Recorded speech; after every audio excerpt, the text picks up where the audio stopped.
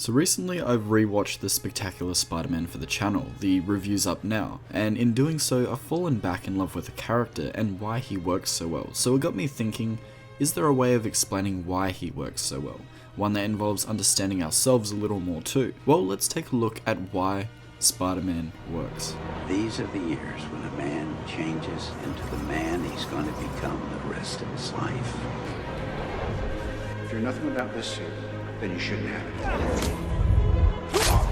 Come on, Spider-Man. Come on, Spider-Man. I believe there's a hero in all of us. I'm trying to save you! That keeps us honest, gives us strength, makes us noble. Wow, geez, some setup. Now what we'll be doing specifically is looking at the character and figuring out what makes him tick, what makes him compelling to readers, what's made him the face of Marvel for so long, and one of the three most recognizable heroes on the planet. So let's discuss. I'm a firm believer in the notion that comic books are great teachers, modern day parables to instill lessons into our culture, like the stories of Thor and Odin would have been for the Scandinavian people, or Zeus and Poseidon were for the Greeks. I think heroes can be great examples of what we could become, what we should aspire to, and inspiration in a sense. It's partly why I like Superman so much. It's also why I think Spider-Man is such an interesting hero, a deconstruction of that notion of what a hero is expected to be. When you were a kid, it was Captain Marvel and Superman and Batman and Green Lantern. Those people were all perfect. Well, they were perfect in the sense of the characters they were portraying, but we tried to bring comics a little more into the real world. You know, I shouldn't really say this, but the chances are that possibly even you and I aren't perfect. Today, most people just aren't.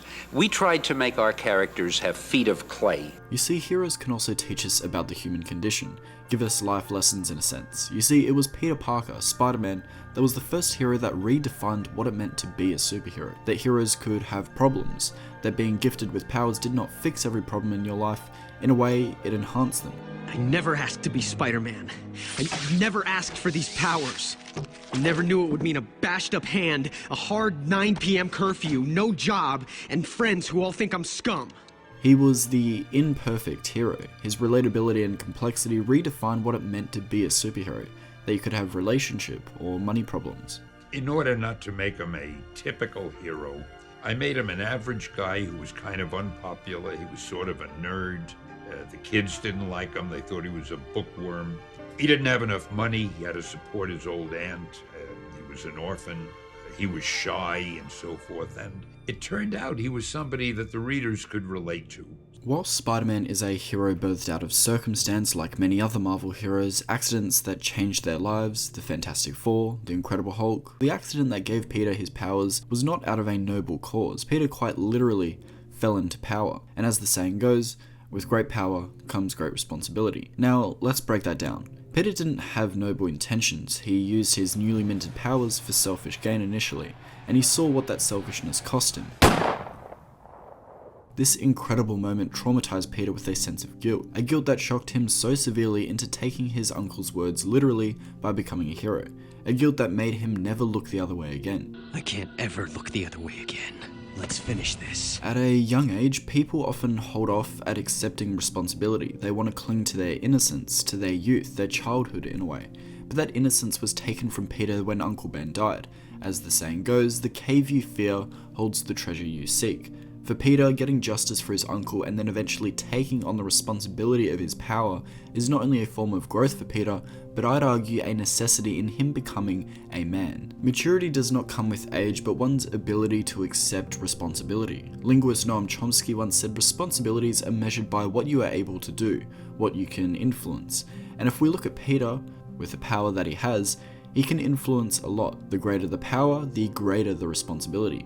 And Peter feels that weight. An obligation in a sense to save someone simply because he can, or because he should. Whether out of guilt or moral responsibility, Peter will always choose to run into a burning building or save some kids, even if it comes at the expense of his own personal life. That weight, that burden in a sense of being a hero means he disappoints people on a regular basis as well. He may seem distant, not present, or self-serving to others, but in fact it's quite the opposite. Am I not supposed to have what I want? What I need? What am I supposed to do? A French quote my father recently told me that I'm totally gonna butcher is noblesse oblige, which translates roughly to nobility obligates. In a way, it's a saying with great power, status, or class comes a great obligation. You once spoke to me about intelligence. That it was a gift to be used for the good of mankind. A privilege. A responsibility in a sense that if you have power or authority, it is your duty to use it appropriately. I think Peter's taken on this saying quite literally. Because he has the greatest amount of power, he feels he has to bear the largest amount of weight. Look, when you can do the things that I can, but you don't, and then the bad things happen, they happen because of you. Many times has Peter come to breaking point, and no wonder, the guy is a hero but suffers for it. But you see, the thing is, I think it's a necessity that Peter became Spider-Man. Spider-Man is a projection of what Peter wants to be, not Spider-Lad or Spider-Boy, but Spider-Man. It's the manifestation of a boy accepting his responsibility, a responsibility he originally pushed away, which cost the life of his uncle. You're the Spiderling, crime-fighting spider. You're Spider-Boy? Spider-Man. Responsibility really is life's great meaning, to simply carry a load, to say, hey, I'm useful, and maturity is a result of us enduring that responsibility, and if we choose a life with no responsibility, and therefore no maturity, we remain a boy, a man-child. We become Peter Pan in a sense. So in that way, being Spider-Man and adopting responsibility is the only way Peter truly becomes a man, to leave selfishness behind and live an altruistic life. Sure, the title of Spider-Man is in reference to other heroes Peter looks up to, like Captain America.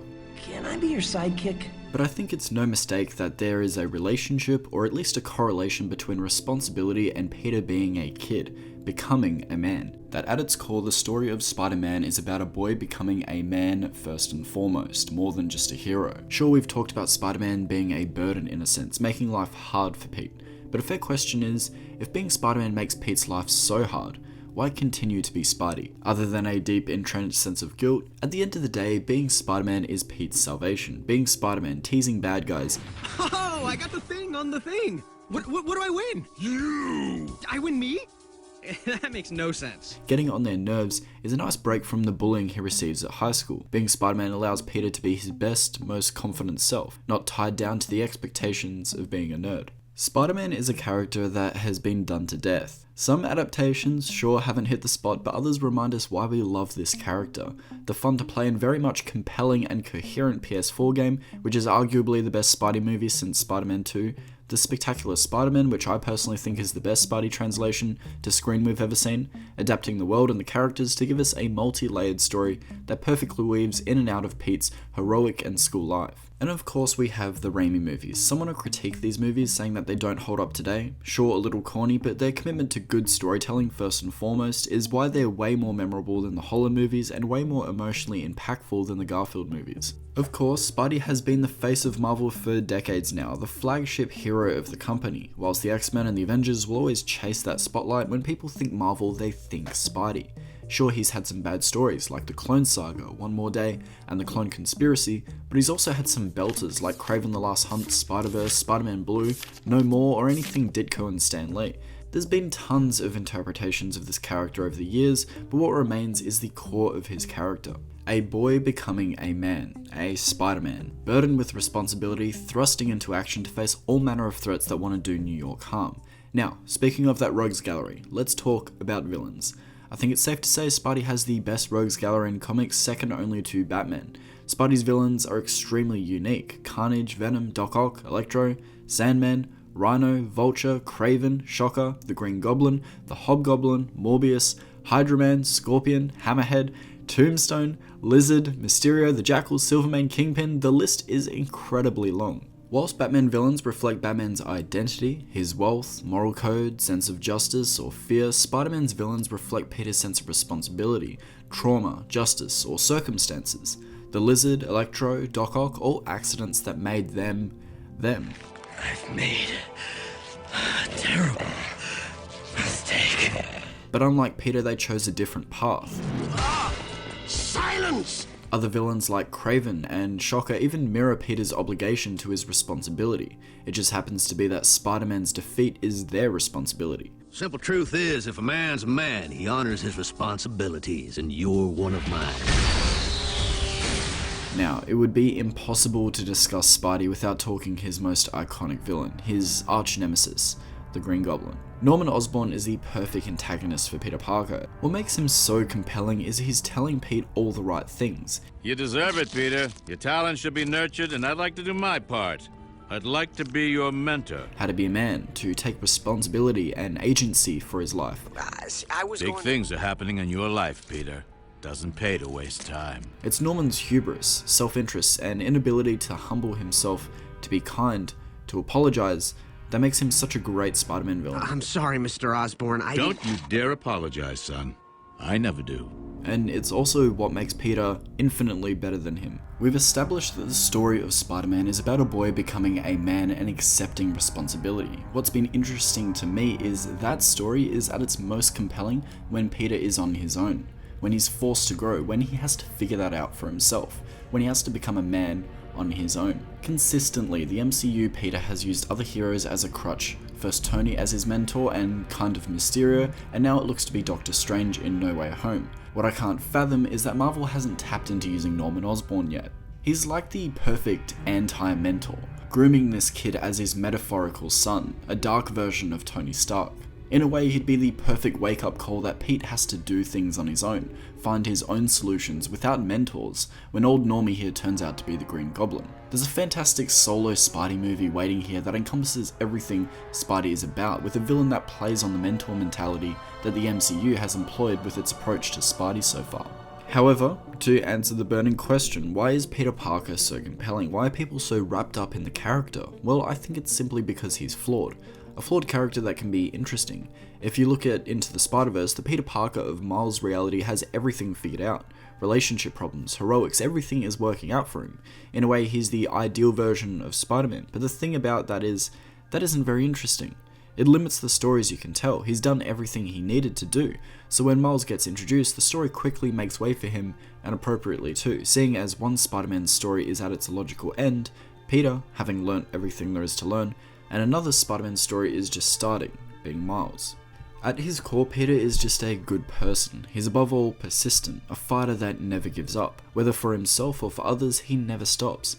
He could be a bloodied mess, and he won't give up. Spidey is the embodiment of a hero that symbolizes growth from trauma, that we are stronger than we think, that we can be in control of our demons. That's why, for me, Mysterio works so well in Far From Home, at least in the context of where Peter is at that point in his life, transitioning into his own man, overcoming trauma, and a villain that can play on that. Well, that's just a lot of fun. Spider-Man is the everyman hero. Whether it's his home life or heroic, there's something admirable about Peter's journey. A journey of a boy becoming a man by accepting his responsibility. Whilst other Spider-Mans will come and go and others have come incredibly close to his greatness, there will always be the OG, Peter Parker, Spider-Man.